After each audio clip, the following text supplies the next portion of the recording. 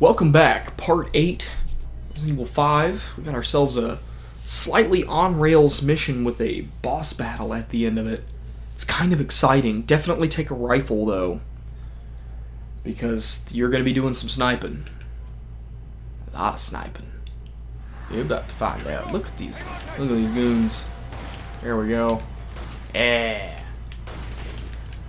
Definitely take a rifle, especially if you're playing on veteran, professional, anything like that. Fuel tanks here. They're right for the, There we go. Got him, finally. Yeah. Also, you better watch out for the pipes. They might just take you out.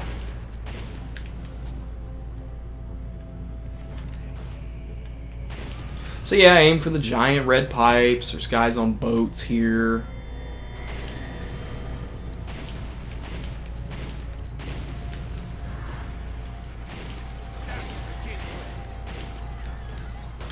Alright, let's get to work. So, this is what I mean by being slightly on rails. You know, you kind of proceed to a point, stop, have to unlock the gate, and then do it again.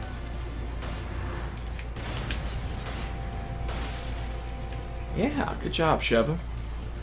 Actually doing really good with that SIG. Glad I gave it to her.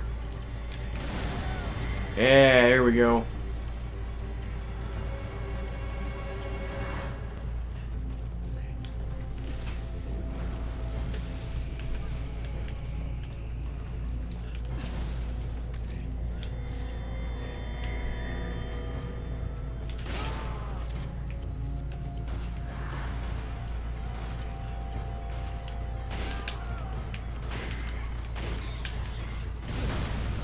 Yeah, okay, cool.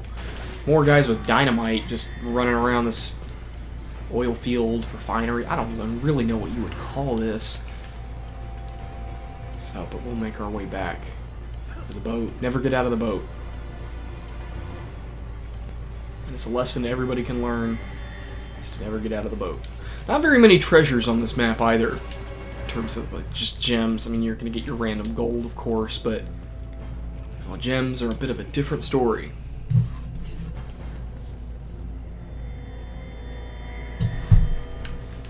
All right, let's go.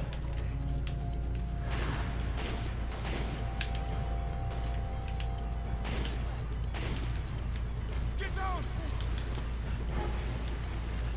This one's good. This is a chain reaction. Yeah. Get down. It's a chain reaction explosion.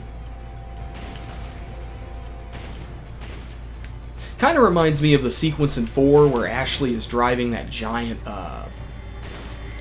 truck and you have to defend her. Kind of reminds me of that, just all the guys on pipes and stuff like that. Very reminiscent of that. We got 2 guys with miniguns coming up here. You probably noticed those through your scope, which can potentially become problematic, especially on higher difficulties, but we're going to try to minimize the difficulty here with this rifle by going over here and pressing up against this wall, and boop, done.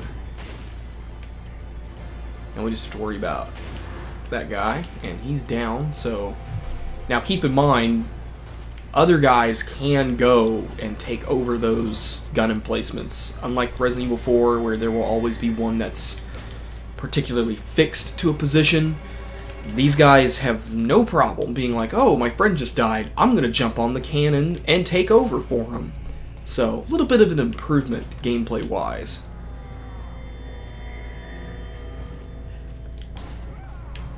So, there is a treasure in here in a drawer. It's an emerald. A Marquise emerald. Hope I'm pronouncing that correctly. Yeah! Boom.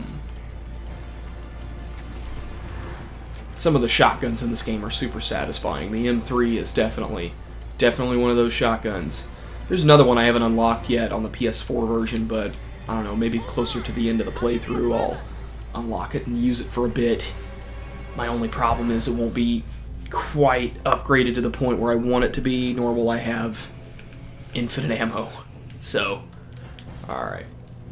We gotta make our way back to the boat. Just gonna scan over here real quick and see if there's anything I need to take. Doesn't look like it. So let's go ahead and make our way back to the boat. Oh, look at that.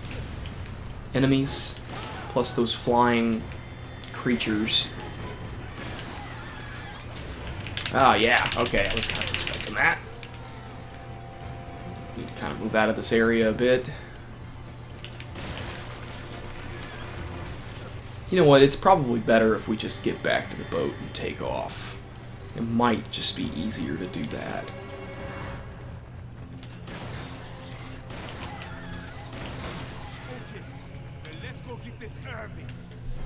Cool.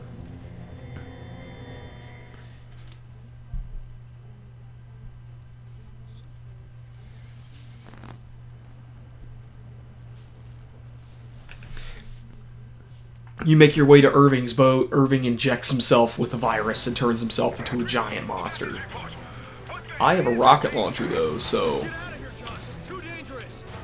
I don't need to use any of these gun emplacements.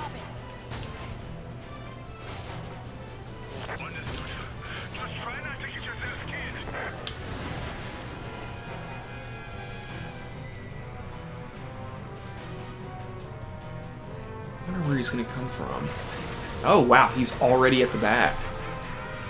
That's good. That means we dealt a lot of damage with that rocket launcher. Let's see if I can just nail him. No. It's kind of hard to do this because you have to aim for the little tongue piece precisely. And I don't want to get too close because the instant kill from the giant, yeah, that right there, which Sheva got in the way of, can be kind of devastating. And by devastating, I mean it's an instant kill. So, he should be popping right back up, yeah. Okay. Rocket spam. Oh. Come on, Sheva.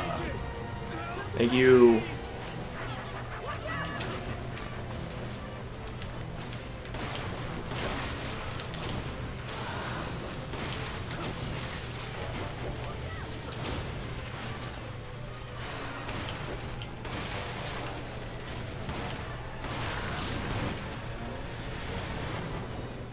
Alright.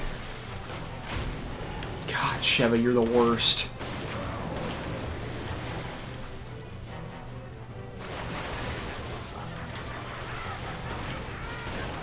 There we go.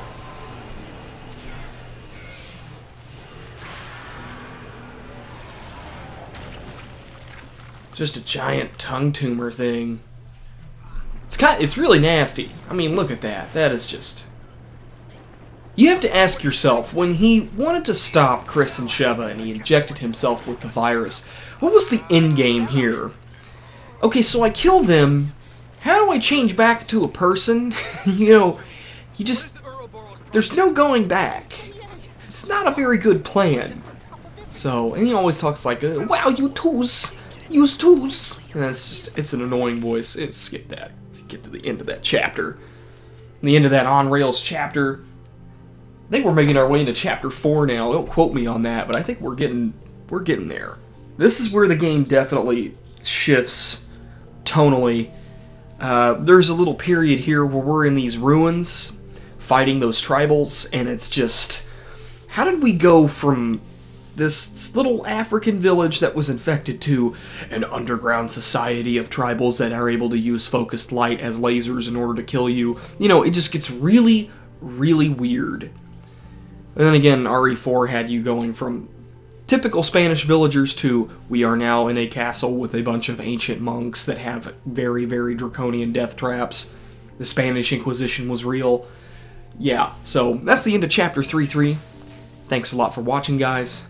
Phantasm Mask here, signing out.